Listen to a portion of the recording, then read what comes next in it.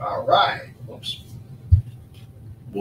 Welcome, ladies and gentlemen, to Dion's Daily Dose. Today, I am here with Shawn again, and we're going to have a, I believe, fantastic conversation about some of the things that are going on in the world. Without further ado, we're going to welcome Shawn. There he is. Thanks for having me. Absolutely. Thanks for coming. We're playing with a little different setup, so I don't know if you'll see there's a little bit of light artifacting going on in the poster. We will hopefully be able to filter that out at some point as we play with the setup. But my goal is so that it more directly captures me as I speak, for example, to Shawn, and you don't see this big side profile. I had a couple of my followers go, change your camera, man. So we'll see how it goes. But how are you doing today? I'm doing good. Good. We're going to try to, I've been told that Shawn's a little quiet, so we're going to try to get the mic as close to him as we can and see if that helps. So I think, well, no, it extends a little more. If you want to like extend this part over here, we'll extend. Like, oh, I see. Yeah. Okay. Yeah. And then maybe twist. I don't know. Just get it as close to you as you can. Let's just try it right there. Yeah, let's try it like that. I'm going to move that just a hair there. All right. Sorry. We probably should have did all this before, but we had other stuff going on. I'm just kidding. All right. So look, today, the first story that we're going to cover is in South Korea. There are people, defectors from North Korea, who are running for office there. Apparently, there are a couple who are already in office. It's an interesting like thought experiment, really, is because you obviously have the big tension between North and South Korea. These people escaped and they know exactly how bad the regime is. Yeah. And he went and studied in China. And that's when he realized that he wanted to escape North Korea. And they gave him a lot of the secrets because he was going to be one of the people that works on his missile program. That is so these are top people. This guy is one of the top people that recruits that Kim Jong-un had, who is a millennial, which is an interest to me because I'm a millennial as well. So he's like my age. So the name of the article is North Korea's Millennial Defectors Now Seek Political Power in the South. And the guy's name is Park Chung-kwan. And it says participates in an election campaign in Seoul for the People Future Party, PFP, a satellite party of South Korea's ruling People Power Party. So People Future Party, which is a satellite of People Power Party, PPP. And I think that what that means is they're a coalition together. Okay. They might be different parties, but in some countries, you have to work with other parties to create a government. Oh, yeah. To form a government. Yeah. A lot of people forget that it's very different in other countries politically than it is here. In some cases, I think we have the best system. I do too, with the exception of the two-party kind of rule. I'd like to see, personally, I'd like to see more parties represented. But then you kind of get into, well, which ones? And, you know, the libertarians are kind of this and Green Party's kind of this. So, you know, but I think that we have the basis for potentially the best system available. I agree with that. But let's see. It says he was selected second on the list of candidates for proportional representation, which makes him virtually elected. So basically he's going to win is what they're saying. And like you said, he was once a ballistic missile researcher in North Korea, one of the prized minds entrusted with developing Kim Jong-un's beloved weapons program. Next week, he's set to become a South Korean lawmaker, becoming only the fourth escapee from authoritarian North Korea to serve in the Democratic South's legislature. He comes to the task with a mission. Quote, as a defector, I think I should play a role in inter-Korean relations, said Park, 38, who is expected to enter the National Assembly in elections to be held Wednesday. He's a candidate for the Conservative Party led by President Yoon Suk Yeol. I can't. I'm trying. I'm gonna try again. Difficult. Yoon, is it Suk or Suck? I think it's Soup, but okay. We'll try. We'll try that. Yoon Suk Yeol, who takes a hard line on North Korea and is set to win through the proportional representation system, which guarantees a party a certain number of seats based on the share of votes cast for the party. And that's why I said I think our system has the best, because in a lot of ways in the House and the Senate, you vote for the person and not necessarily the party. Right. Well, in South Korea Ideally. and in Israel, yeah, it's representation, proportional representation, where the people don't actually directly vote. Right. Here we have a that's what my direct was. representative government, which, in other words, you go, you vote for the individual, whereas theirs, you vote for this party, and then the party assigns who they want. It can get weird. It's Israel's system is the most complex system I've ever seen. Is it? I know nothing about it, so that'd be an interesting thing to discuss sometime. Okay. There are currently 2 North Korean defectors. Well, hold on, but I also want to fulfill my role as Park Chung-kwan, a young South Korean man. I want to do both. Currently, 2 North Korean defectors in the National Assembly. Tae Yong-ho, formerly a senior North Korean diplomat who is seeking re-election, and Ji Song-ho, a North Korean human rights activist who's stepping down. Park, together with a run by another escapee, Kim Jung-hyuk, 32, who was also standing for the Conservative Party, but dropped out of it after it became clear he would not get in this time, brought attention to the ambition of millennial North Korean escapees who aspire for leadership roles in South Korean society. The 2 men want to set the agenda for inter-Korean relations and key issues facing future generations in both Koreas, and to be leaders who bridge the gap between the 2 halves of the peninsula should they reunify. They want other younger South Koreans to care about reunification too, even though the majority of their peers say it's unnecessary. So it goes on into a lot more, South Korean politics based stuff, but it's a really good question. Is obviously our opinion about their government and their stuff is rather irrelevant, but what do you think? How do you think it affects relations with us, with the U.S.? I was going to say, if Trump wins again, he needs to use this guy for to use renegotiation with Kim Jong-un. I think that's a good idea. Yeah. I think if they are sincere on what they want to want freedom and they've seen freedom, then it's probably a good thing that they're going in the South Korean parliament. Right. We talked about it briefly before the show. I like the idea in theory, and I think a handful in their government is a good idea because, let's face it, that's their closest neighbor. It used to be one country. I mean, there's a reason. It's not altogether removed from the Ukraine-Russia situation. That is true. So we see how that plays out. It'll be interesting to see if Trump can talk to Kim Jong-un again if he gets reelected. Yeah. Because it sounded like they were really close in getting a deal to reunify North and South Korea when Trump wasn't running or was running the country. Right. It put it this way, he did a much better job at reaching out and creating peace than, the current fumbling idiot. So yeah, Kim Jong-un's causing trouble again by doing rockets. Yeah, they're doing rockets again, Rocket Man once again. So yeah. Okay. So moving on. And if you guys want to look it up, obviously Washington Post, once again, the title, I'll give it to you.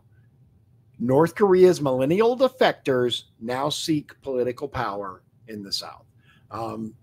It's not necessarily paywalled, but you do have to have a WAPO account in order to access it. You don't have to pay for it, but you do. I think they give you 6 free articles. Yeah, a month. I'm using his. He signs up for this stuff. I refuse to even give him my email address. But that's just me. But he's not paying them. Yeah, I'm not giving them any money. Right, I don't give them any money. Okay, so let's see here. Let's go. You want to talk about FISA? Okay. Next.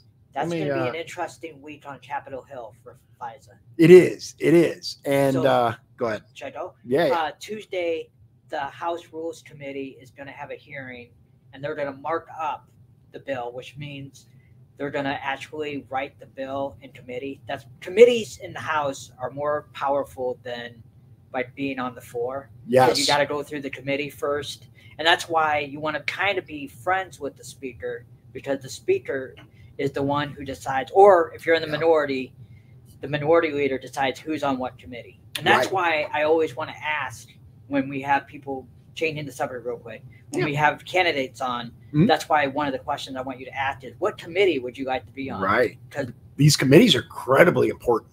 Okay, back to the Rules Committee. It's having a hearing. They're going to mark up the bill for the FISA reauthorization. And they're going to decide what's in the bill. And then they're going to have the criteria for what's going to be, how long each side gets to debate, who gets to talk on the floor, and is it going to be a closed rule or an open rule? And an open rule is anybody on the floor can add an amendment to the bill. Okay. Closed is nobody can, and the bill is just stays as it is. Okay. So most likely it'll be a closed rule, because a lot of times what opposition people do to this kind of bill is put in like poison pill amendments, so that the bill doesn't pass. Right. So it'll be Tuesday when they do the hearing, and there's 4 bills that have passed, or 4 bills that have been proposed. Okay. And they can either take either parts of the bill, like they can take different sections of the bills, or they can put the whole bill in. So some of the stuff that they want to do, I wrote it down because it's a lot, is the Government Surveillance Reform Act. Did you want to go? Am I talking too much? No, you're good. Okay. By all means, go ahead. It's going to require the government to obtain a warrant before performing backdoor searches of communications, content exemptions for extreme circumstances. This won't be in effect. Certain cybersecurity related queries. It would close the data broker loophole, and that is when the government goes to companies and says, we want to buy your data. Right. So they want to close that loophole. I would agree. That part I'm absolutely in favor of, because as we saw, the NSA has used that on multiple occasions to just buy your data. They don't need a warrant. They just buy the data because the companies are selling it. And then they use that to triangulate position, to read your emails, to like all this data. People don't understand.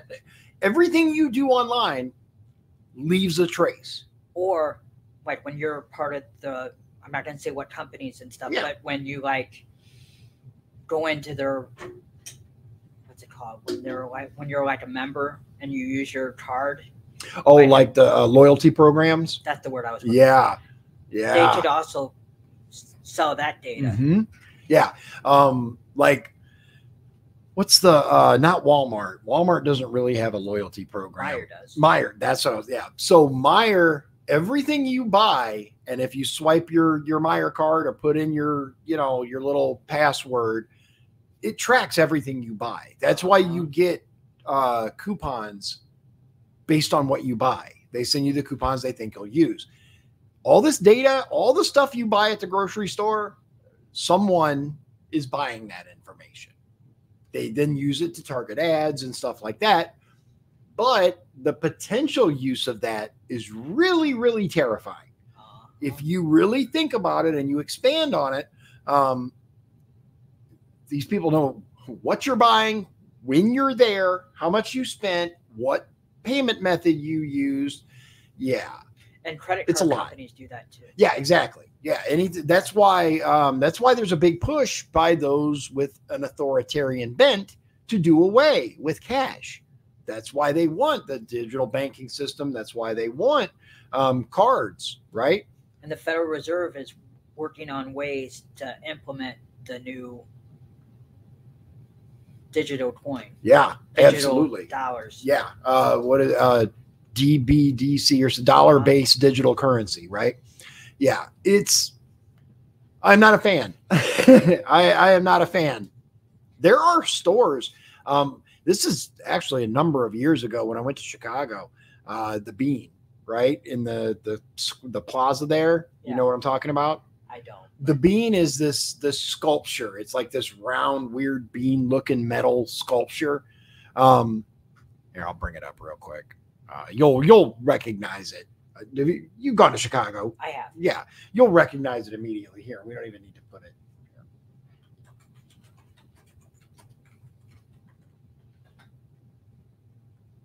Is this thing?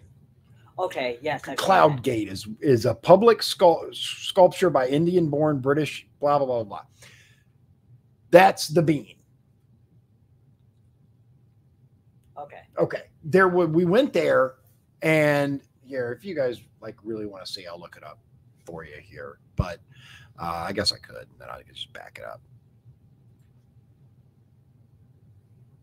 Anyway, I went to buy like a drink at a little store that was in that area, and the guy told me he doesn't take cash. I was like, "What do you mean you don't take cash? Like, this is legal tender. This is how you pay for stuff." Wow. He only took cards.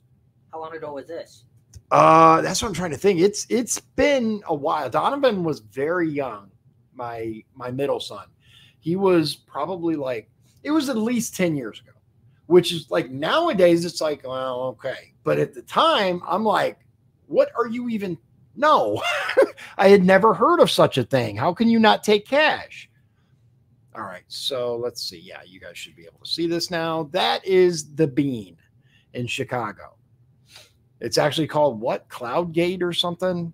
Yeah, Cloud Gate, I guess, is the actual name of it. But everybody calls it the bean. That's I never heard it called that. The bean? Uh-uh. But you knew Cloud Gate. Yes. Interesting. I guess locals call it the bean. Okay. So that's the only, I didn't even know it actually had another name. I thought it was called the bean. But anyway, let's go back.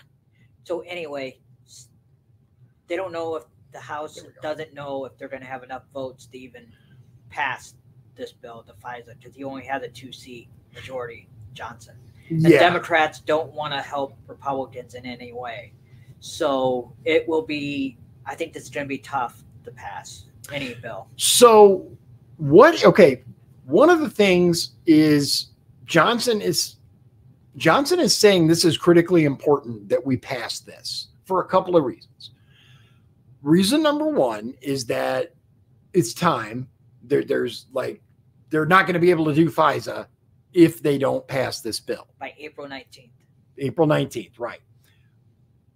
Me personally, I detest FISA. I think it's an abuse of power. I think it's, however, if there is a checks and balances system to it, the way they're supposed to be, the way it was initially sold, that you had to convince a judge of appropriate conduct, that there should be a reason for this, a provable investigative reason why they're doing this. But as we saw with Trump, they abused the hell out of it. They did. And they continue to. Like that, if you think that was an isolated incident, I'm sorry, but there's no way. There's no way that that's the only FISA abuse that ever took place was when they spied on Donald Trump. I mean, I'm naive, but I'm not that naive. But okay, so you kind of have a little different opinion about FISA, though, right? Yes, but I kind of agree with what I didn't know that that's what you were going to say. Oh, okay. But yes, I do. If there was some check and balances with FISA, it could be a good tool. So one of the issues, I guess, currently with this FISA re-up is there's no warrant protection in there. That's the problem. Yeah. The people who don't want it, or at least who are willing to vote for it if there's certain protections, the protections aren't in there. One of the things that they're talking about, let's see, I haven't actually read this one yet. There we go. Okay, so Speaker Mike Johnson is kicking off a third round of debate over a controversial surveillance power with a warning to his conference. If they fail, they could be jammed by the Senate. Johnson's letter to his colleagues comes as the House is expected to vote next week. Oh, be helpful. There we go. House is expected to vote next week on legislation reauthorizing and making changes to Section 702 of the Foreign Intelligence Surveillance Act, aka FISA. The spy power targets foreigners outside of the United States, but has come under scrutiny for its ability to sweep in Americans, as per Donald J. Trump. It remains far from clear if the House will be able to pass the bill or even get it to the floor. Republicans infighting and their single-digit margin has already forced Johnson to punt twice, and there's lingering skepticism this go-round will end differently. Congress has until April 19th to reauthorize the spy authority. So 12 days. And another thing that you got to think of is Marjorie Taylor Greene put in a vacate the chair motion that they have to deal with on Tuesday as well. So let's talk about that briefly. Okay. MTG has her moments. There are times when she is going strong and says some stuff that I agree with, and I'm like, yeah, all right, okay, and then she goes and does something completely off the wall, and I'm like, So I agree. So she's hit and miss, right? But this motion to vacate, she already promised that if Johnson included more funding for Ukraine and stuff and didn't do certain things, that she was going to do that. I mean, she kept her promise. However, let's say it passes, right? Let's say she gets enough votes, Johnson's out of there. Who are they going to get? That was my next question. Sorry. No, you're right. You're absolutely right. Who the hell are they going to get? That's the problem. Yep.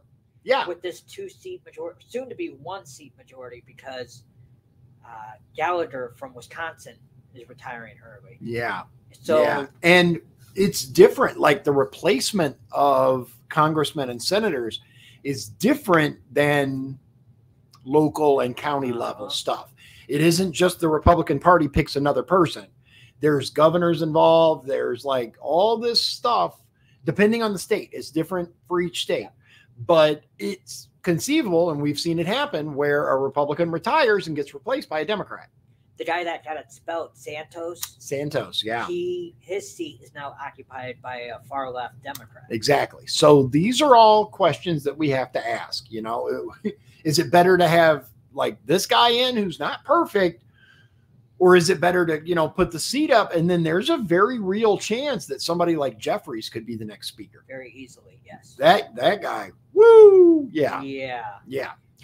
So Johnson, in his letter, warned that if the House fails for a third time to pass a bill, the Senate will send it a so-called clean extension of the spy power with no changes, potentially boxing the House into accepting that or letting the authority lapse. Quote, if our bill fails, we will be faced with an impossible choice and can expect the Senate to jam us with a clean extension that includes no reforms at all. That is clearly an unacceptable option, Johnson wrote in the letter. Basically, this is our best shot to get some stuff done. Let's pass this, and then next year it's like a 4-month thing, right?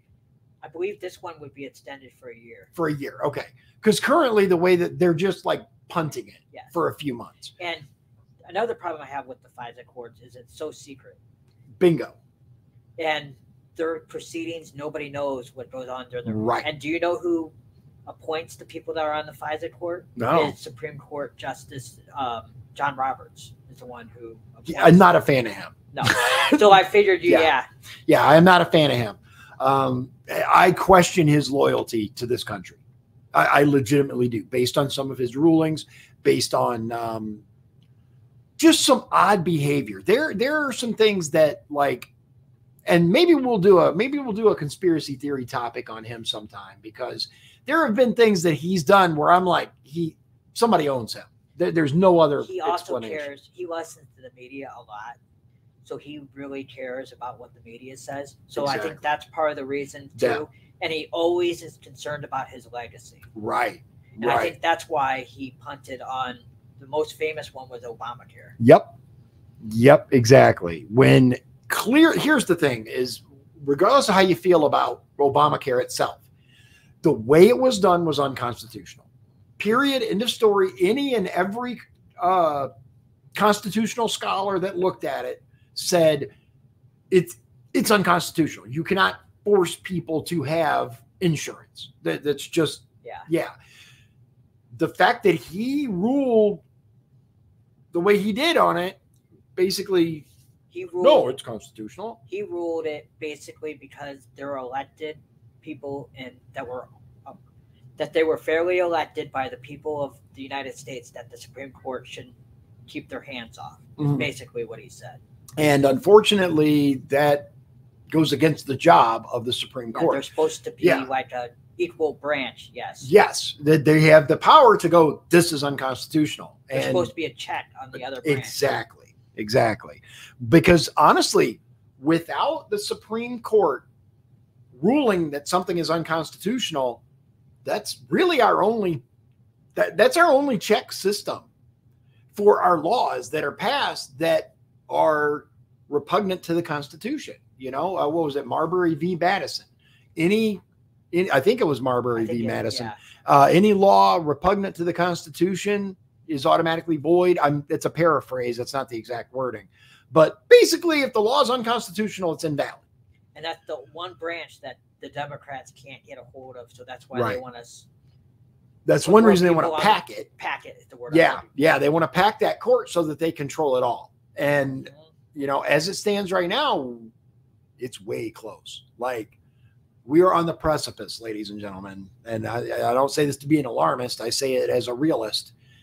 Unfortunately, our options of taking this country back are quickly closing.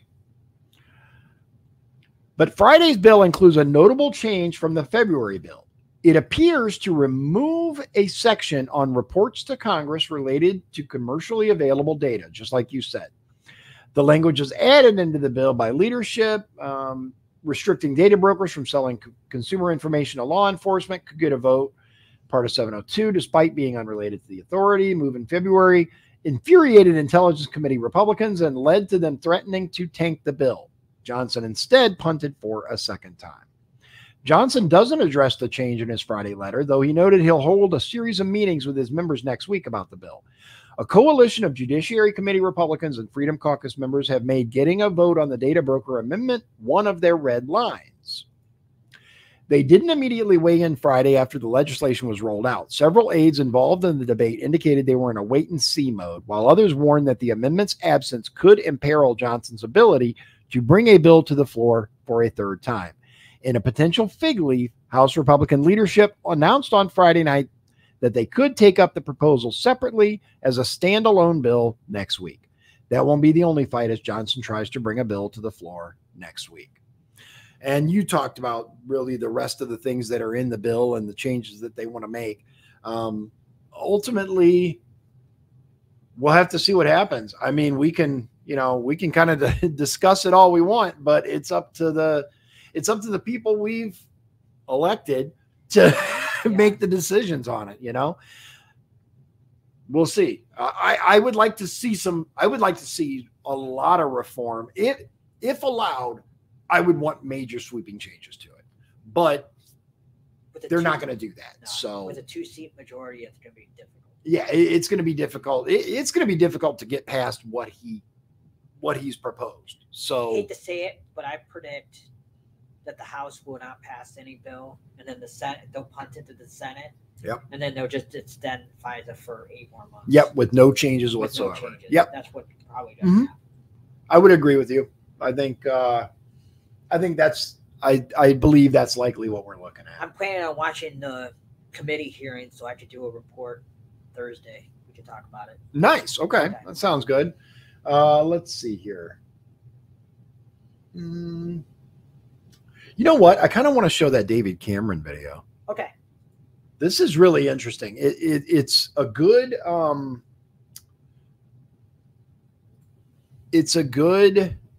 the former Prime Minister of England. Yeah, let's see here. Hopefully I can get it to work on here. Because it's interesting. It is interesting, and it's going to show exactly how invested other countries are in Ukraine. All right, let's see. Here we go. All right. So I've spent 2 days at the NATO conference here in Brussels. My challenge is to try and explain everything we're going to do now before I leave this conference center and get into the car. When people come to NATO conferences like this, they make a lot of speeches, they read them out, and they're good speeches, they're important points. But I think people often wonder, well, what's going to happen next? So let me tell you what I think we need to do. We had an incredibly clear exposition from the Ukrainian foreign minister about what his country needs to make sure it can prevail against Russia after their illegal invasion. He couldn't have been more clear. So let me tell you the things I'm going to do. Basically he's talking about Zelensky or his representative coming and explaining exactly what they need to, quote, beat Russia, right? That's what this is about, what we need. And they were clear. We need money. That's what they want. Ultimately, they want more money. Money. First thing, all of us, every foreign minister needs to go back to their country, get hold of their defense minister and ask, what more can we do to help Ukraine in terms of air defense? They suffered in March alone over 700 missile and drone attacks. We've got to do more. Britain already does a massive amount, trained 60,000 Ukrainian soldiers, given them £7 billion, the first to provide equipment like long-range weapons and tanks and anti-aircraft weapons, but we've got to do more.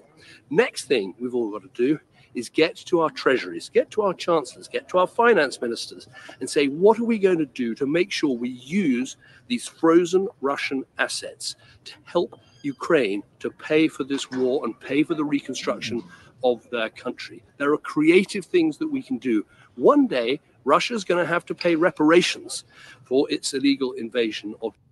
Okay, so that's a key point, right? They say we froze Russian assets. Now we're moving from frozen to seized. We're taking them, right? He's already talking about it. Russia is, quote, going to be forced to pay for reparations of their illegal war on Ukraine. First of all, illegal war, that's a term that they're throwing around on this. War is war. Right? Yeah. Like once war is declared, all laws are kind of irrelevant unless you're talking about like Geneva, the Geneva Convention that most countries have signed up for. I'm not even sure if Russia signed that. I think there was a big to I do. don't know. I'm not sure. Anyway, here's the for my domestic viewers here in America, you might be going, okay, this is great. It's Britain, wonderful. Pay attention because it's coming up. This is not isolated to them. They want us to kick in. Watch. Ukraine. And when it does that, that can pay back the money that now needs to be given to Ukraine to help them in what they're doing. Key point there, right? They're admitting Ukraine's not going to pay this money back. They're going to take it from Russia because this whole time we've been told, oh, Ukraine will pay it back. These are all loans, right? The multi-billion dollars that the United States has money laundered into Ukraine. Oh, they're going to pay that back. They're going to pay that back. I think this is interesting because now they're admitting alternative funding. So Ukraine's not paying back crap. No. Next thing we got to do Here it is all of us, but particularly those who aren't spending 2% of their GDP on defense, have got to. Now, that's an interesting figure I noticed because as I recall, wasn't that a big thing about Trump and NATO? Yeah. And he was roasted for that. Now, all of a sudden, this guy's like, oh, you guys need to spend more on defense too. Yeah. Interesting, right? To fix a meeting with their prime minister or with their president and say, we have got to make good that spending. Britain has done that, indeed, between 2020 and 2025, an extra 24 billion going into defense. But we need to do more, and I'm sure that we will. Final thing we got to do, Here it is. Get on the phone to Speaker Johnson in the House of Representatives in Congress in America. Britain's put forward its money for Ukraine this year, so's the European Union. America needs to do it. That is blocked in Congress. Speaker Johnson can make it happen in Congress.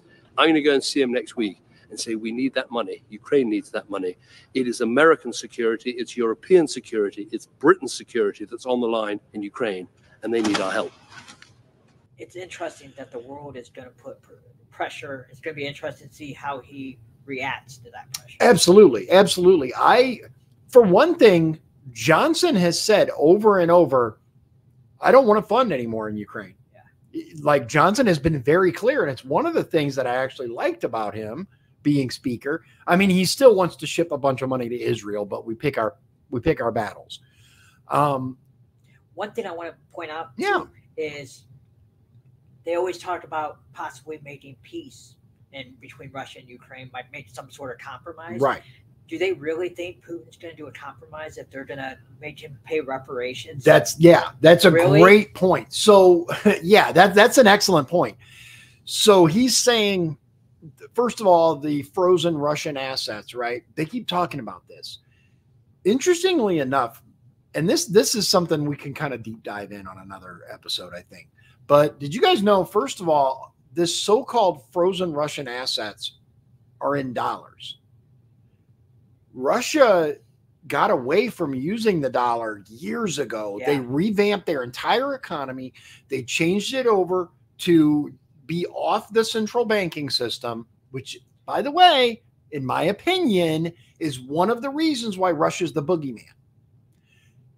Syria, Russia, what was the Iran, and yeah, they're moving away from the SWIFT system. Yeah. So interestingly enough, I don't know if you saw, I don't remember the name of the guy, but there was a video. He worked in the Pentagon, and he was shown the plans. This was at the end of the Bush administration. After the invasion of Iraq, he was shown plans of 7 countries that they intended to attack, right? What were those 7 countries? Do you remember? I'm trying to remember the guy's name. I'm trying to remember his name too. I can't think of it. But yes, it was Libya, Syria, Iraq, Afghanistan. I'm trying to remember the other 3. But yes, I know exactly what you're talking about. Yeah. And interestingly enough, they went after Gaddafi right after that, Libya. They went after, they were already working on Iraq. They went after, they're going after Syria because they're not part of all these countries are not on, they don't use the central banking system. And conveniently enough, they're identified as our enemies. I find that interesting. There you go. Interesting. I know I completely forgot about that, but yes, you're right. I don't remember who it was. I'm going to have to do it a different way. Okay. Let me show you Wesley Clark. Wesley Clark. There you go. Thank you. Yeah. Look up Wesley Clark and the speech about the 7 countries, and I found an article, but I don't know if you want to use it. What is it? From Al Jazeera. Okay, I got no problem using Al Jazeera. Okay, I'll send it to you, right? Okay. But in the meantime, let me show you. Yeah, let me drag this over here because I don't like craning my neck. All right, let's find this. Okay, yeah, you know what? Where is it?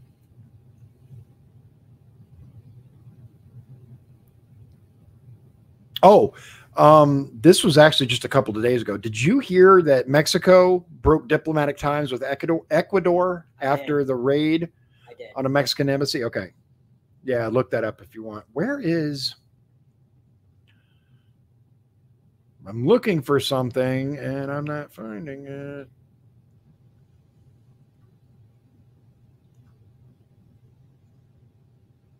Oh, you know why? I know why. Okay, here. So, X is at war with Brazil. I don't know if you guys have been...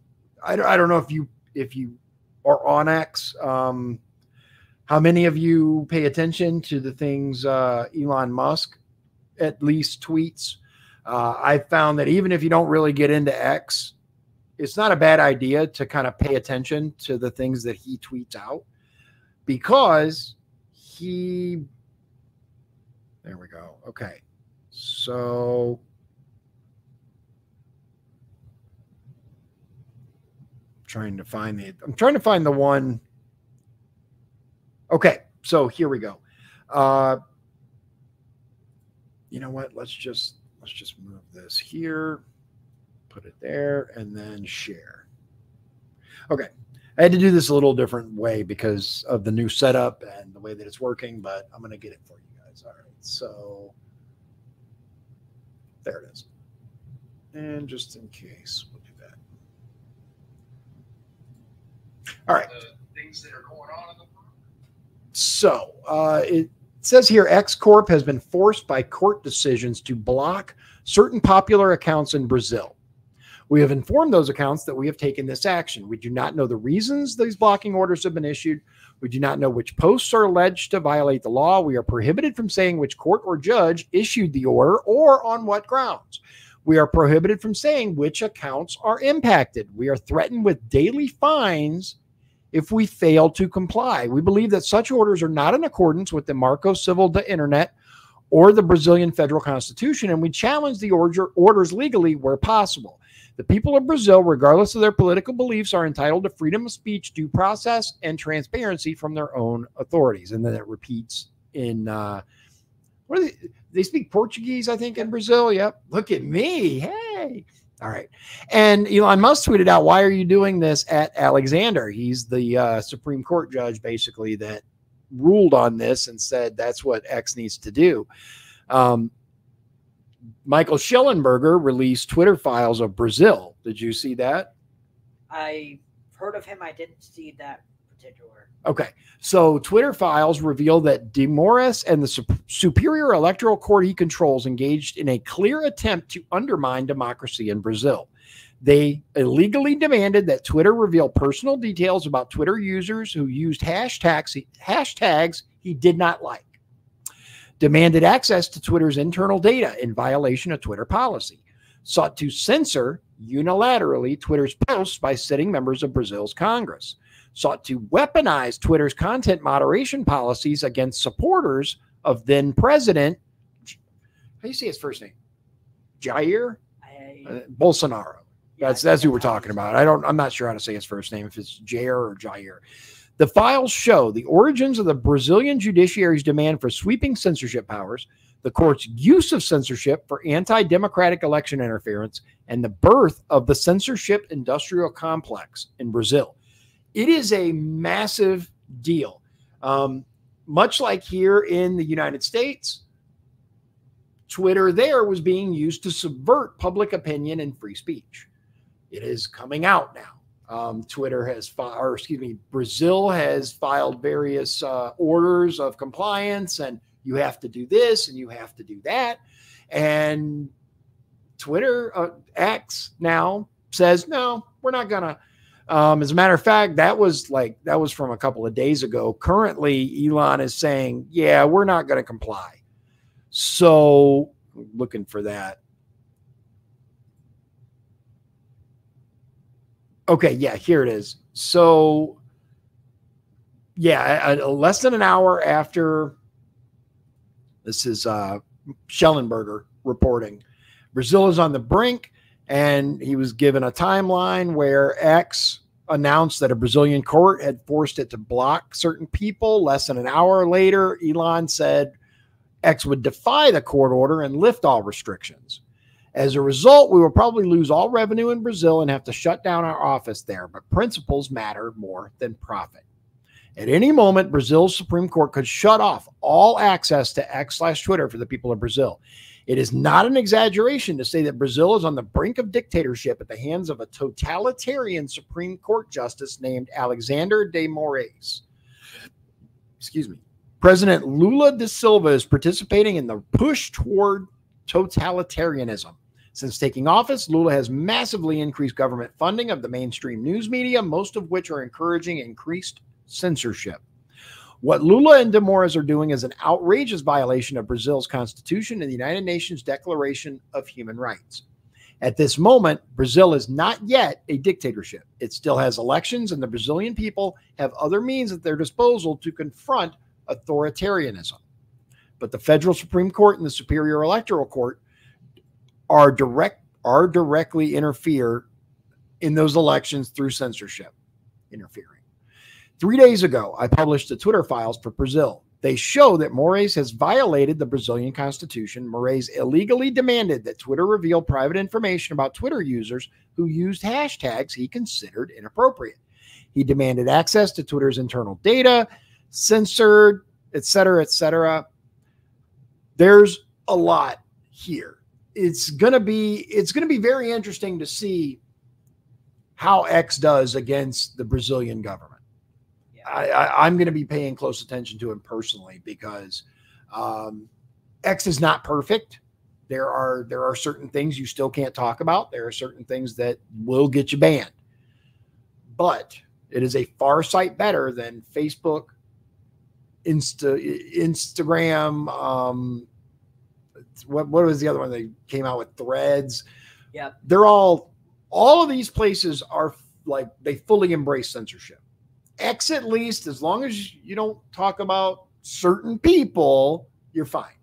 So they actually allow you to, quote, question the science, to have a conversation about how effective this particular thing is or this particular thing is not. These are critical to free speech, in my opinion, to the ability to have a public square. The mainstream media, I was curious to see how they react to this, and it's been crickets pretty much. Yeah. The only thing is Rutgers was the only site that I found anything about it. Rutgers. What is it? Rutgers. R-E, I can't, U-T, you want to talk about? Oh, Routers? Routers. Oh, okay. Interesting. Routers picked it up. That is interesting. Okay. All right. Again, it's going to be interesting to see, like, what happened. Yeah, let me know, because you keep track of that more than I do. Yeah, I am a little more plugged in to X.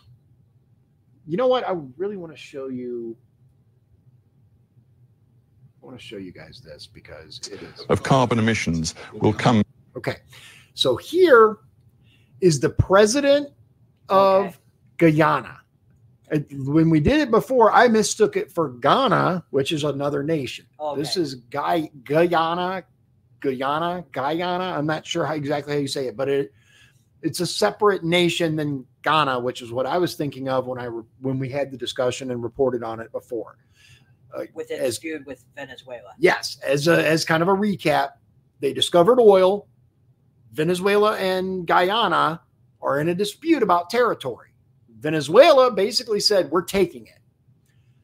The mainstream media, of course, being fully on the side of dictatorship and totalitarianism, has taken the side of Venezuela and is trying to paint Guyana's president as a climate denier, as this, as that. Let me show you the interview directly because... Was it with the BBC? I think this, BBC's Stephen Sakur. I don't know how you say his name, but it is very interesting. It's only a couple of minutes. It's well worth watching. And here we go. Let's take a big picture look at what's going on here. Over the next decade, 2 decades, it is expected that there will be $150 billion worth of oil and gas extracted off your coast. It's an extraordinary figure, but think of it in practical terms. That means, according to many experts, more than 2 billion tons of carbon emissions will come from your seabed, from those reserves, and be released into the atmosphere. I don't know if you as a head of state went to the COP in Dubai. Let me stop you right there. Let me stop you right there. Do you know that Guyana has a forest forever that is the size of England and Scotland combined? a forest that stores 19.5 gigatons of carbon, a forest that we have kept alive, a forest that we have kept alive. Does that give you the right? No, Does no, that no, give you the right to release all of this carbon? Does that give you the right to lecture us on climate change? I am going to lecture you on climate change because we have kept this forest alive that stores 19.5 gigatons of carbon that you enjoy, that the world enjoy, that you don't pay us for, that you don't value, that you don't see a value in, that the people of Guyana has kept alive. Guess what? We have the lowest deforestation rate in the world. And guess what? Even with our greatest exploration of the oil and gas resource we have now, we will still be net zero. Guyana will still be net zero. With all our exploration, we'll still be net zero. Powerful words, Mr. President. I'm not completed as yet. I am not finished as yet. I am just not finished as yet. I love this guy. Because this is the hypocrisy that exists in the world. The world in the last 50 years has lost 65% of all its biodiversity. We have kept our biodiversity. Are you valuing it? Are you ready to pay for it? When is the developed world going to pay for it? Or are you in the pockets? Are you in the pockets of those who have damaged the environment? Are you in the pockets? Are you and your system in the pockets of those who destroyed the environment through the Industrial Revolution and now lecturing us? Are you in their pockets? Are you paid by them? Are you paid to give their Mr. President? Bruh. Yeah. Right? Yeah. So, based. I mean, I don't like using like little catchy terms like that, but I'm not sure what else you would call this guy. He knew it was coming. He did. He was ready for it. Let me stop you right there. Yeah. I love it, man. And he makes some phenomenal points. This whole time, you know, these people crying about climate change and, you know, the end of the world and carbon tax credits and this and that. And he's like, have you guys been paying us for maintaining the biodiversity that you guys keep whining about? The forests, you know, we have the lowest deforestation. Have you been paying us? Have you been hooking us up? No, get out of here. And we'll still be net zero. So I love it. I love it. He was prepared. He was. And I love to see good leaders show up to these interviews, right? Prepared and ready to counter the BS talking points that are tried to shove down their throat. A lot of our so-called leaders would have just sat there and fumbled around and, well, you know, no, this guy was like, no, get up. Right? I mean, it was very like, boy, I don't know who you think you're talking to. I love it. Let's see here. Okay, so okay. Oh, yeah. You know what? Oh man, we got a lot of stuff. Okay, we still got time. Let's.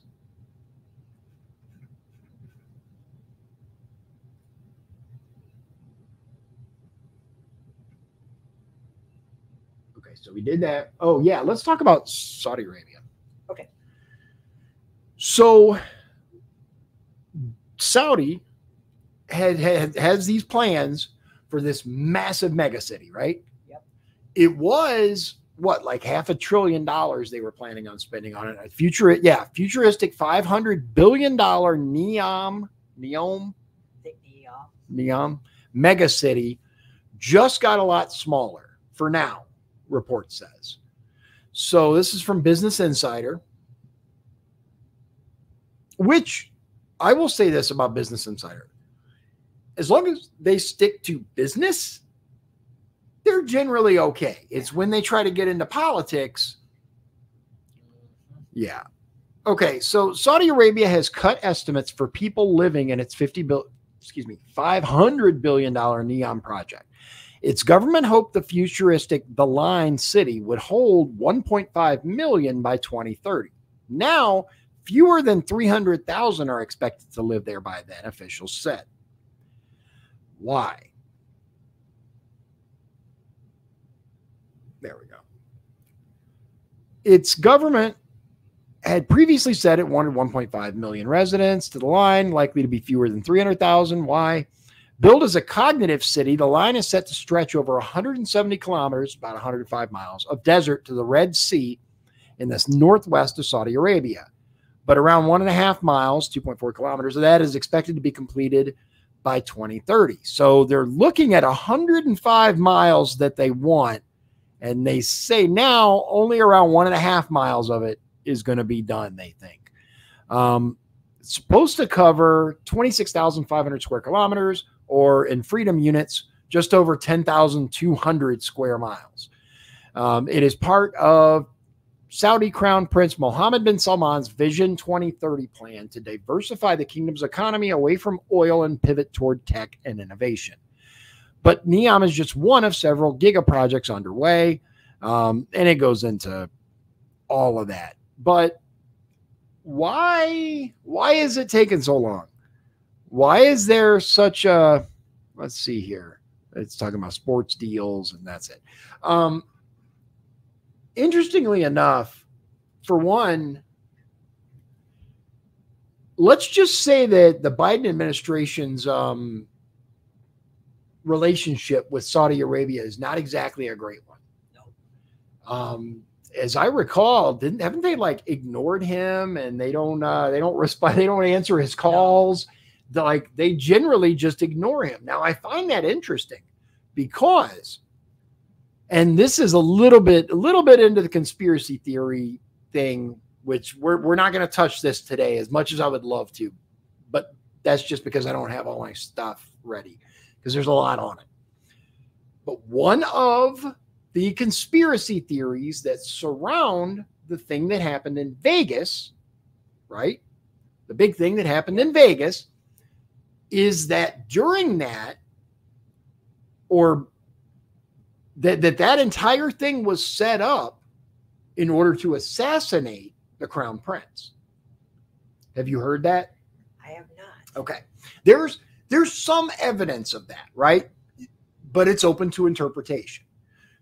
The point of this, and the reason why I bring it up, is because now I will say this, after that incident in Vegas, many arrests were made in Saudi Arabia. You remember that? Yes. Some very high profile arrests, including like the king's brother or uncle. Like there were some very important Saudis that were rounded up and arrested. Now, the point here is that allegedly the conspiracy theory goes that Donald Trump saved the crown prince's life by averting this assassination attempt. Okay. There's a lot of infighting in the royal family. Right. Exactly. So he is now firmly in the camp of DJT. So that could explain the icy reception towards Biden. It could also, there's other theories, but we won't get into those yet. All of this will unfold as we do the shows. We got a lot. We were talking today about this one, or this one. Yeah. There's a lot to get into, and I think that's interesting. I did not know about that. Yeah. There is, as I said, there's definitely evidence, right? But it's, again, you can look at it from so many different angles, and you can look at this and go, well, this doesn't mean what you think it means. It means something else. And that's why, me personally, one of the things that I really like to do is I like to look at the data, look at the proof, right, that they show, and then we analyze it. We go, okay, because Shawn's more skeptical generally than I am. And, as much as I would like to believe some of the things that are, put out there, not all of it stands up to scrutiny, right? So, yeah, this is, I find it lends credence to the theory given Saudi Arabia's icy, frostiness towards the Biden administration. But all right, let me see here. All right, you know what? Let's talk about this. So we actually have the State Department coming out and saying that they did not send their best to Afghanistan. It makes you wonder if it was incompetence or they knew that. I think it was intentional. I absolutely, beyond a shadow of a doubt at this point. At the time, I'm like, this guy's a moron, right? When you kind of dig in to like the chain of command and who's supposed to give orders and who's supposed to like decide this stuff, the people that wanted to save things were ignored, cut out of the loop. It's very, very suspicious. But here we go. That's actually not bad. The State Department did not dispatch their best and brightest to help with the botched August 2021 evacuation. A former Foreign Service officer told congressional investigators. That's quite a mouthful for the first sentence.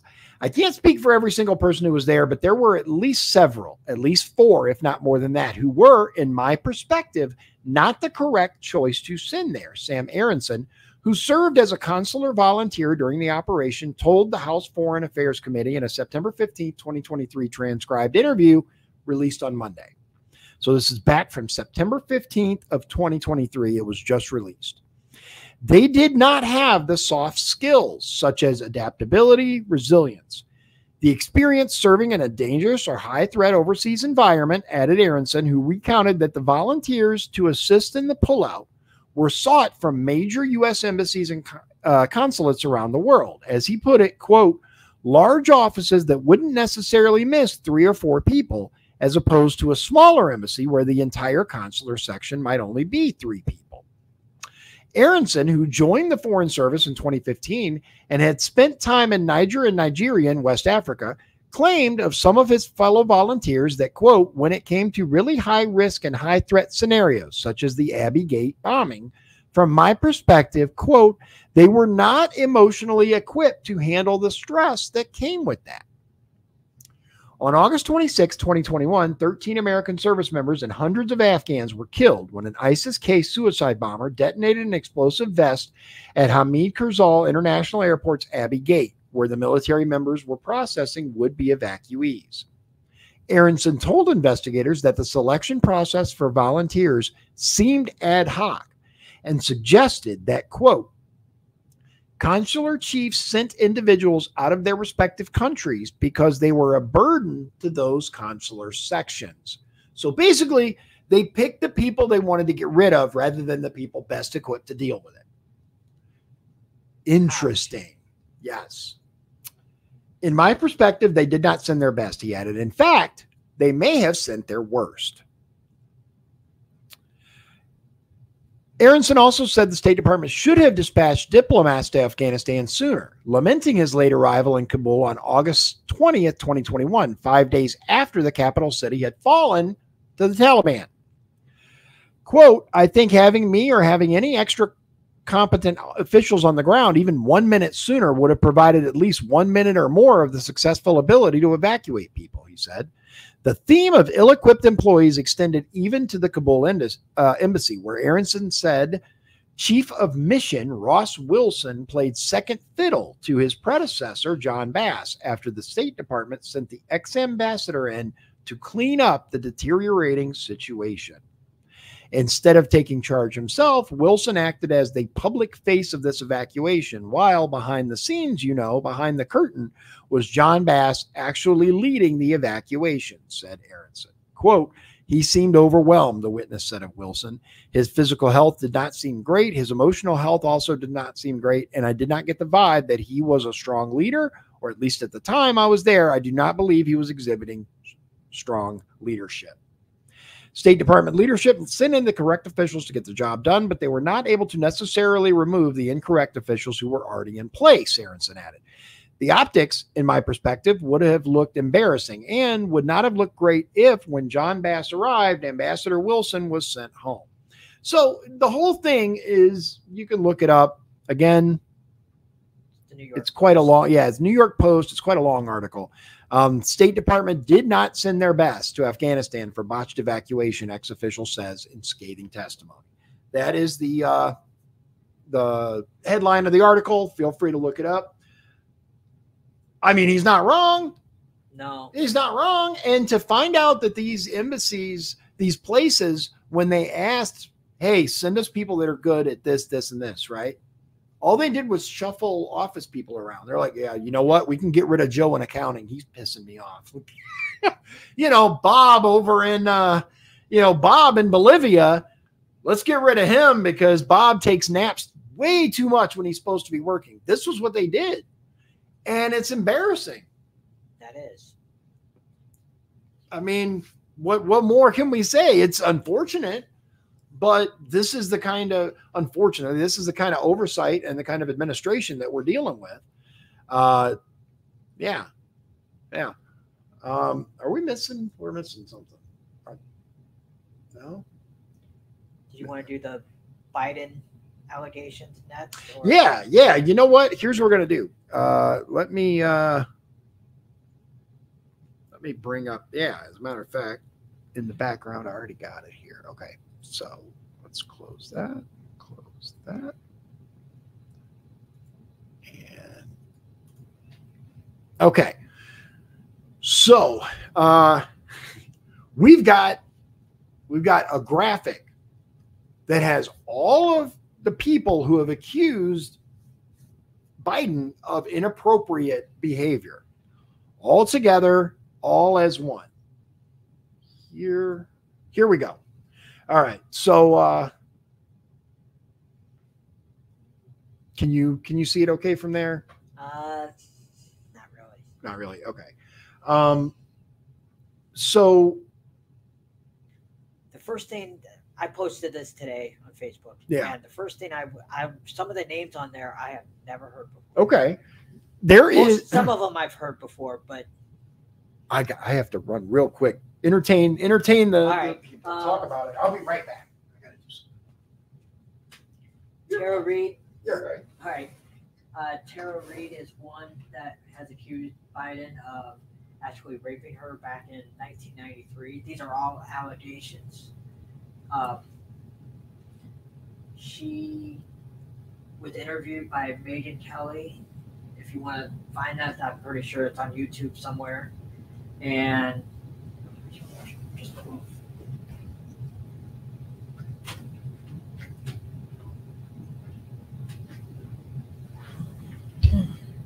all right, I'm going to move over here.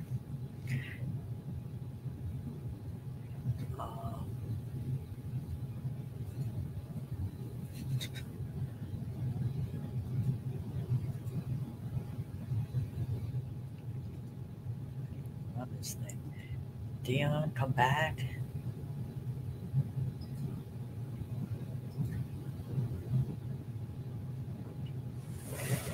All right. There you go. All right. Come back over here. Okay. You're fine. All right. We're good. All right. Let's talk. I talked about Tara Reid a little bit. Okay. That one's probably the most famous. Megyn Kelly had in there. Yeah, I would say most people are aware of that one. And then Ashley Biden too. Let's see. Yeah. Tara Reid, Ashley Biden, Maria Piacetti. That's one I never heard before. Okay. And then DJ Hill. Heard that one. Caitlin Caruso, Sophie Karasak. I'm having trouble reading the little bitty one here.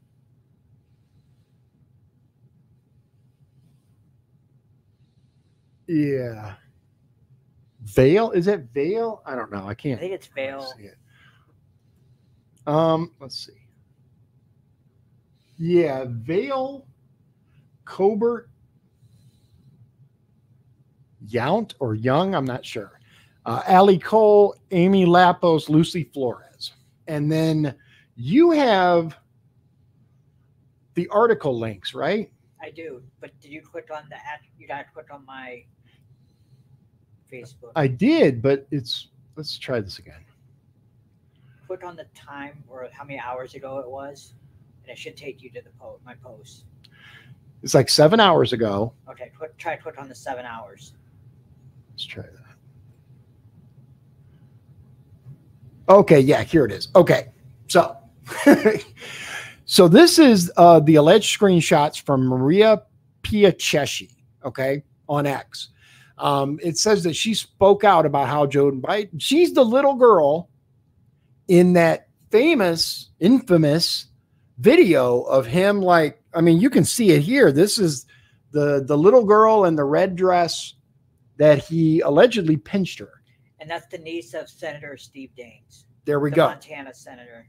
Yes. So there are screenshots that back up this situation. She wrote something on her Snapchat, I think it was, people asked her, did he really pinch you? And she's saying on her account that, yeah, he really did. Yeah. She said, yes, he did. And then she deleted it. And they said, why did you delete it? She said, basically because there are friends that I'm afraid would look at me differently if I admit it. And then there is Ashley Biden, obviously, Tara Reid, DJ Hill, Caitlin Caruso and DJ Hill, Sophie Karasek, Vale Conert, Younton Alley Cole, I don't know, Lucy Flores and Amy Lapos. Dude, there's a lot. There is a lot. Like, there comes a point when you have to wonder, like, there are the media going after people like we see with Trump, right? And these ridiculous lawsuits and these claims of racist, right? And then there are just an overwhelming amount of people that once again, we live in America, innocent until proven guilty. Yep. It's very, very important. And I stand by that and I believe that. That said, what happened to believe all women? Good point. Legitimately, these are like the left is supposed to be the believe all women. They're always right. They never lie about being assaulted. They never blame people who didn't do it. They're always telling the truth. So you should always believe women, unless it's a Democrat. And we don't know if Biden did anything, but exactly, he definitely is a creep because he said some creepy things before too. And the sniffing, dude. You can say what you want about Donald Trump. The man doesn't sniff people. No, he really. Biden's weird, very weird. That's just, man. Good, bruh. Just man. You see it on camera. You can't make it like we're not making it up. Like, oh my God. Remember the State of the Union? It looked like he was about ready to sniff another lawmaker's hair. Yeah, yeah. And it's like, what is going on, man? What are you doing, Joe? Right? Let me see if I can find something. In the meantime, so hopefully we only have 9 more months of Joe. Right. Okay, so let's see if I can find it. In office. Okay. So there is let's talk about this conspiracy theory. Okay. Okay. So allegedly, right? Having a blue roof on your home or business or whatever, if directed energy weapons, which I'm like 99% sure directed energy weapons exist as far as like satellite based, right? We know they exist because they're on Navy destroyers. They have lasers, they have directed energy weapons at this point. Were you aware of that? Yeah. Okay. I figured you're up on that kind of stuff. So there's lasers on our ships. Yep. Not all of them yet, but enough of them. They're like speeding it up. The big holdout was power. They take a lot of power. Lasers generate power. If you ever played Mech Warrior, they generate heat and they generate power. Heat, not really that much of a concern. Power, on the other hand, or they need power, I should say. They consume power. They don't generate it. They consume power, lots of it. You know, kilowatts, megawatts, and up, right? Satellite-based, heat's irrelevant because you're in space. Power, though, got to be able to power those lasers. So here's the big thing, though. They say, they being whomever you want, friends of mine, they say that directed energy weapons were used in forest fires in California, Maui, around the world. They've been used. And that the reason that you see these single standing structures with blue roofs or blue homes, right? If you notice in Maui, especially, there were a lot of blue houses that survived. That's weird. Everything else around them is destroyed, but this single house right here is fine. Okay. And it has a blue roof. Now, this happened in Maui. This happened in Texas. This happened in several other places. Now, could it be a coincidence? Sure. It's possible, right? But, and there's this takes it a little further, right? China and North Korea are creating all of their structures now with blue roofs. Yeah, I got some video for you. Okay. I'll show you. Let me drag this because I don't like where it is, even though I have to look at it. There we go. Okay, so let me, so apparently this was from April 2nd. Chile allegedly looks just like Hawaii. There was it burnt to the ground. Some locals, oh, hold on.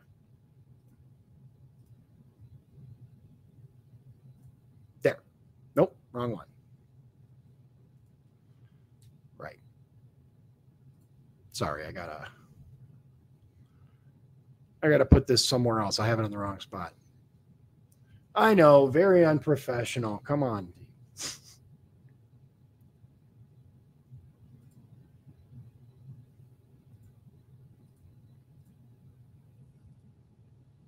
There we go. Okay. Get you the audio. Got it. Okay. So, according to this, Chile burnt to the ground looks like a DEW, right? Some locals even mentioned how the buildings with blue roofs are mysteriously still standing and unaffected. Unfortunately, it seems like the elites are making way for new 15-minute smart cities. So that's the theory, right? That's the conspiracy theory, that these blue roofs are all that's left because the intention is to burn these places and create 15-minute smart cities. I've heard that conspiracy. You've heard that. Okay, so here is the quick 1-minute video from Chile.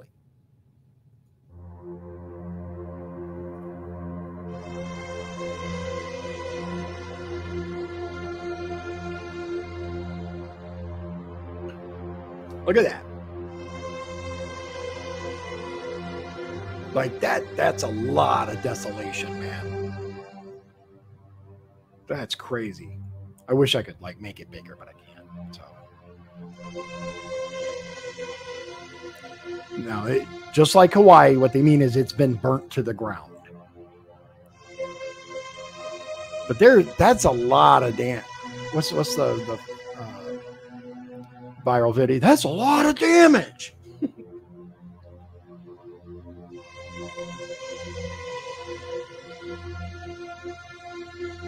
I don't know. What do you think? It's an interesting theory. It is. Now, there's a little more. Let me show you the next one here. Chinese turning the roofs on their houses blue. Look at that. We don't need audio on that. It's probably copyrighted anyway. Look, they're sticking these blue sheets on all their roofs, and the regular roofs now are blue. So they're retrofitting, right? And again, Chile. Let's see here. There's a particular one I'm looking for. I'm gonna dig for it just for a minute and see if I can find it, because it is, again, very, very interesting, and it goes more into this whole blue roof topic. Oh, you know what? First, though, this is it's kind of outside of what I listed, but everybody should kind of be aware of this. I'm not going to play much of it. But End Wokeness on X posted this. Death to America chants erupt in the streets of Dearborn, Michigan. Meanwhile, the FBI is busy hunting down Christian grandmas in MAGA hats. It was a speech. We've been asked in the past, why are our protests on the International Day of Quds, why are they so anti-America? Why don't we just focus more on Israel and not talk so much about America? Gaza has shown the entire world why these protests are so anti-America. Because it's the United States government that provides the funds for all of the atrocities that we just heard about. And this is why Imam Khomeini, who declared the International Day of Quds, this is why he would say to pour all of your chants and all of your shouts upon the head of America. It goes on, and then, you know, death to America erupts. And again, the FBI is more concerned with, did you buy a Bible? Did you finance the Trump campaign? These are things that, like, crazy that they're going after the wrong people. Yeah. Yeah. This is another one I want to get to, but not now. Let's see here. Oh, did you hear about this? So let me show you. I don't think I have. So have you heard about the crazy mayor in Dalton, Illinois? Yep. Okay. So you know who I'm talking about. Bots has been covering it. Yeah. So Dalton Village Board, they're planning to hire, they're going to hire Lori Lightfoot. What? Yes, to investigate Mayor Tiffany Henyard. Really? Yes. No, I have not heard that. Yeah, it's amazing. That can't be true. I wonder if it's true. I've seen it not just here, but other spots. So you know what? Let's find out together. Okay. That's crazy. Lori Lightfoot Dalton. There it is. Yes, there it is. Wow. Yes. Look at that. She is unemployed. Yep, exactly. So yeah. Crazy. Right? She did such a terrible job in mayor. I don't know. Oh my God, man. She is the first Chicago mayor to ever not be elected, like a sitting, you know what I'm saying, for re-election. You mean, and she's the first incumbent to ever be defeated? Yeah. Is that true? I don't know. Let's find out. That's true, because Emmanuel didn't run again. First. She deserves it. She was a terrible mayor. Incumbent to not. I had high hopes for her, actually. Yes. Lightfoot is the first incumbent elected Chicago mayor to lose re-election since 1983, when Jane Byrne, the city's first female mayor, lost her primary. Just going to say that I did have high hopes for her when she was elected. Who, Lightfoot? Yeah. A lot of people did. What she said was very different than what she ended up doing. And she was an outsider. Right. So I was thinking maybe she would do okay, but I quickly learned that she was a terrible mayor. Right. Let's see here. Let me see if I can find it.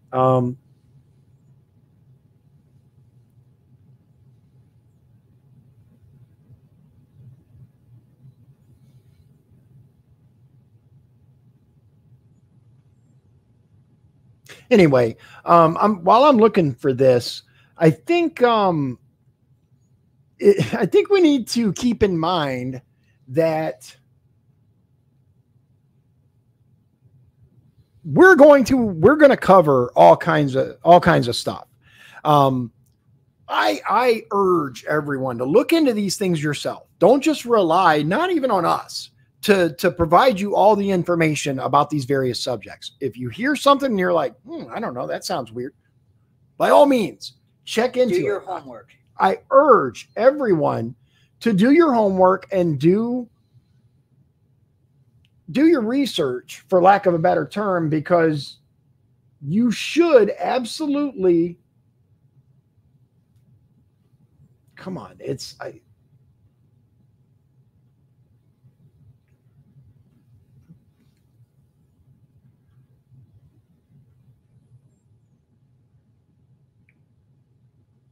man, it was a really good video. I hope I still have it, but it showed how all the Chinese roofs in China and North Korea are now blue. They're switching them all over, and it is very, very interesting. That's crazy that they're thinking about hiring Maury Lightfoot. Yeah, man. Like I don't even know if it's like I don't know if they're actually doing it or they're just talking about it or what, but yikes.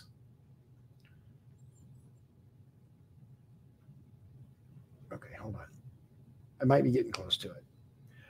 Again, in the meantime, you guys, what do you think about this eclipse thing? I found out a little bit more, and there might be something to it as far as, well, put it this way. There are some very, very odd connections when it comes to the eclipse happening, where it's going to affect. Did you hear they changed the affected area? They did. Okay. So yeah, that's what I wanted to say for one thing. So allegedly they went back and redid the math, right? Isn't that something you guys should have done a couple of times before you released? Yeah. Like, that's such a weird thing to say. Like, it's more narrow, where they think the eclipse is going to go. It tightened up, basically. I want to say 100 miles. No, it's like a mile and a half on each side or something. Is that what it is? Something like that. Yeah, I saw it today.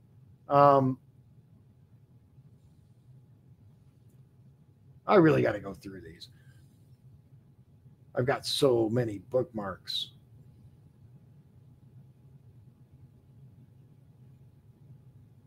Well, apparently I'm having...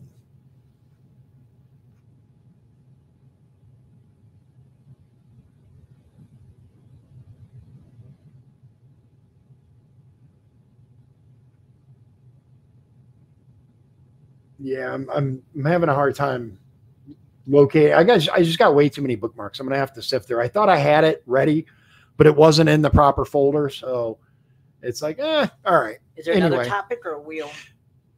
You know what? Let me try again to look for. Let's see here. Here we go. All right.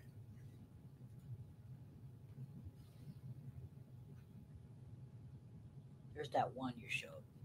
Okay, yeah, there's no replies on that one. I was looking for.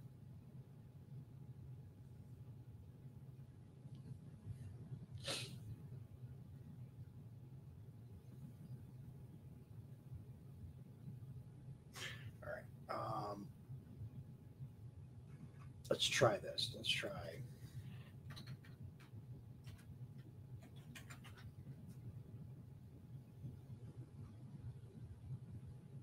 Okay, so here's another. Yeah. All right, so here's another video where the Chinese are covering their roofs. Look, this is the one. Look at all the blue, guys. Wow. Have you seen this? I have not.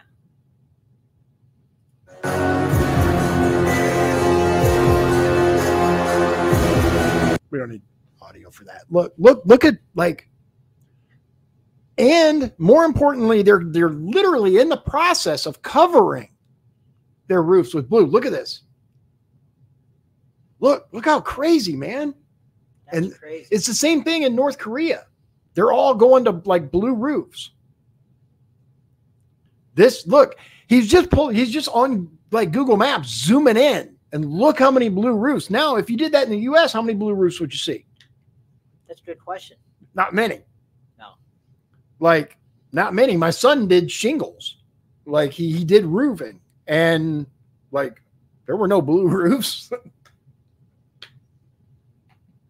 Yeah. So this is just one example out of the many, many examples there are. So, oh, okay. Now here we go. This one's interesting. All right. So let me get this up here and share it because I got to check the audio first. May we fire? Okay. It's just, all right, here we go. Book.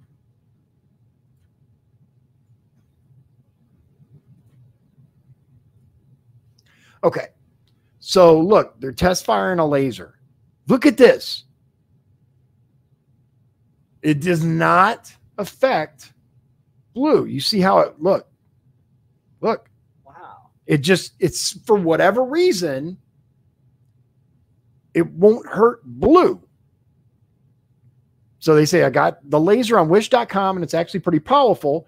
Been trying to get on this blue plastic lid for about 5 minutes now.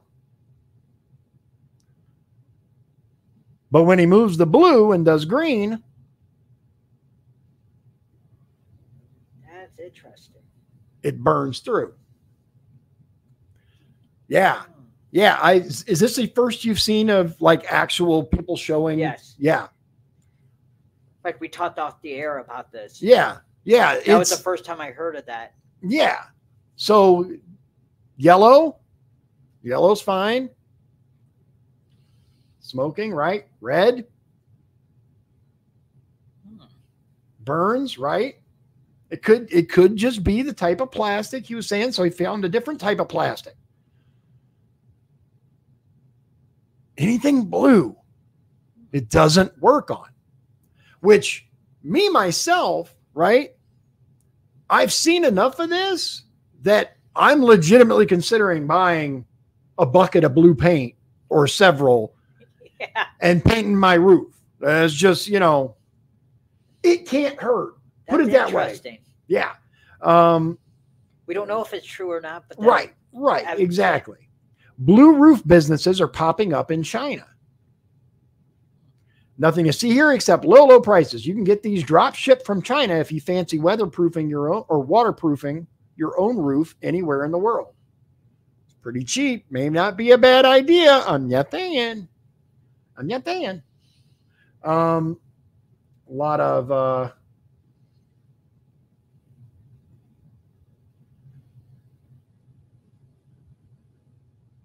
that's not it.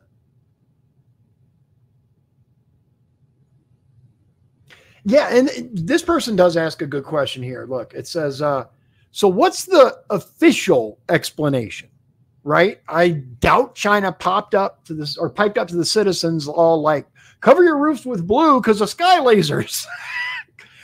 So that's a good question. What are they saying about it? Why are they saying cover your roofs, right? Yeah. I don't know. Right. I don't either. I find it curious to say the least, right? This guy says, I was in China in 2014 and did a little traveling by train. A large majority of the roofs you'd see were blue. I don't think this is a new thing. Interesting. Yeah.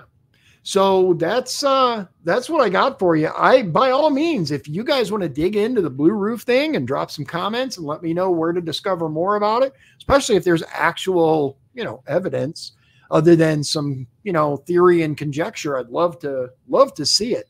I love this kind of stuff, man. Just, reading about, learning about it. Why do you believe this? Why do you think this? And what evidence is there? I'm very evidence-based, which is one of the reasons why I had an issue with masks and I had an issue with untested things being injected into my body, because believe the science isn't something you can do. Science always changes. That's how science is. And you're supposed to question science. Exactly. That's the point of science, is to question it. Right. All right, ladies and gentlemen. Well, unfortunately, we're out of time. But thank you so much for joining me. I greatly appreciate it. The next one we're going to do is Thursday, which let me check the date on that. That would be the 11th. Thursday, the 11th. Shawn will be here at 7. Shows. Yep, 7. Yep. Yeah, I got tomorrow. Let's see here. Yeah, tomorrow, I believe, is Al Stevens, which he's the chairman of the LaPorte County Republican Party. On Tuesday, we have Joe Haney, who is the current LaPorte County Commissioner, and in my opinion, the only good one we have. Like, legit. He is the only good commissioner we have. The other two, I could go on and on about, but I won't because I'm involved in a lawsuit against them currently. So my lawyer's like, shut up. Don't say anything. Yeah, just don't say anything. And I try, even though I love it. I do. I love it. I tend to listen to legal counsel.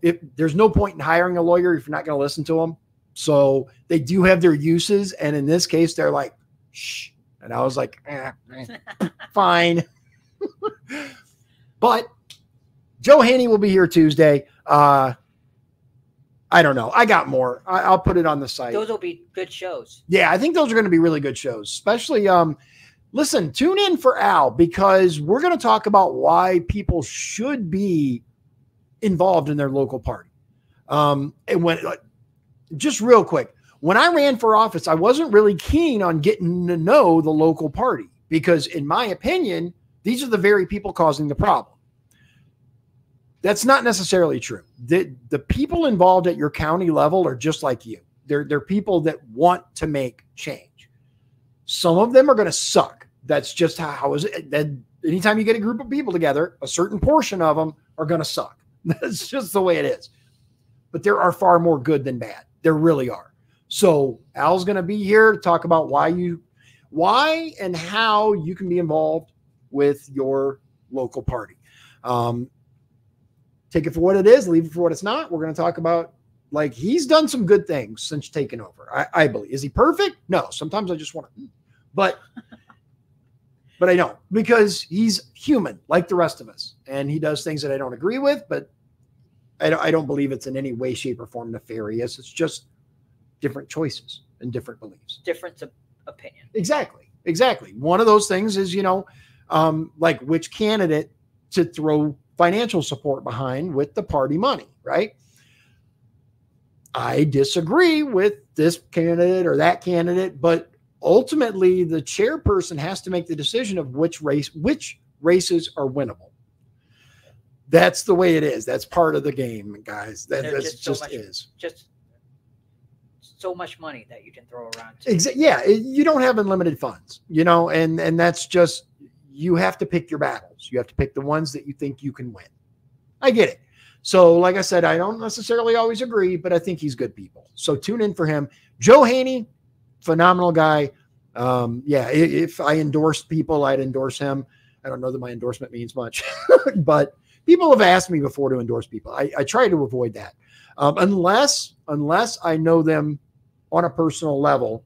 Like I would endorse Shawn to run for office because I know him. I know he would make a good whatever, right? I mean, maybe not dog catcher. No, I'm just kidding. Dogs don't like you. No, I have no idea. I'm just talking out of my ass now.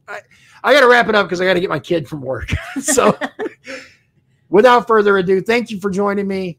As always, tune in again, and we will talk to you soon. God bless you. God bless Indiana, and God bless the United States of America.